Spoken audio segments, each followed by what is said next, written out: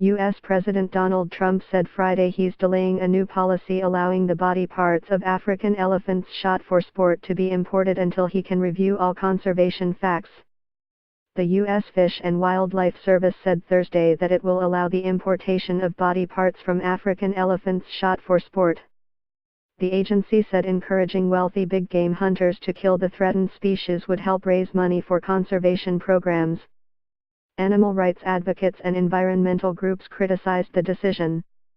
On Friday, the Republican chairman of the House Foreign Affairs Committee urged the administration to reverse the policy, calling it the wrong move at the wrong time. California Rep. Ed Royce questioned the action because of concerns not only about African wildlife but U.S. national security, citing the political upheaval in Zimbabwe, where the longtime president was placed under house arrest this week by the military. The administration should withdraw this decision until Zimbabwe stabilizes, the committee chairman said in a statement. Elephants and other big game in Africa are blood currency for terrorist organizations, and they are being killed at an alarming rate. Stopping poaching isn't just about saving the world's most majestic animals for the future, it's about our national security. Trump tweeted Friday that the policy had been under study for years. He said he will review the issue with Interior Secretary Ryan Zinke. The Fish and Wildlife Service said in a written notice issued Thursday that permitting elephants from Zimbabwe and Zambia to be brought back as trophies will raise money for conservation programs. The change marks a shift in efforts to stop the importation of elephant tusks and hides, overriding a 2014 ban imposed by the Obama administration. The new policy applies to the remains of African elephants killed between January 2016 and December 2018.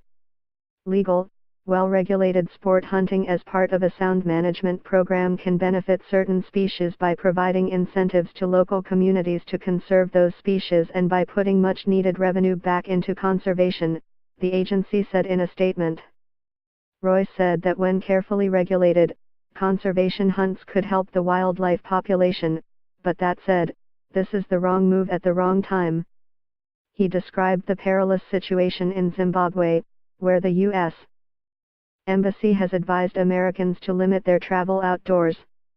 In this moment of turmoil, I have zero confidence that the regime which for years has promoted corruption at the highest levels is properly managing and regulating conservation programs, Royce said.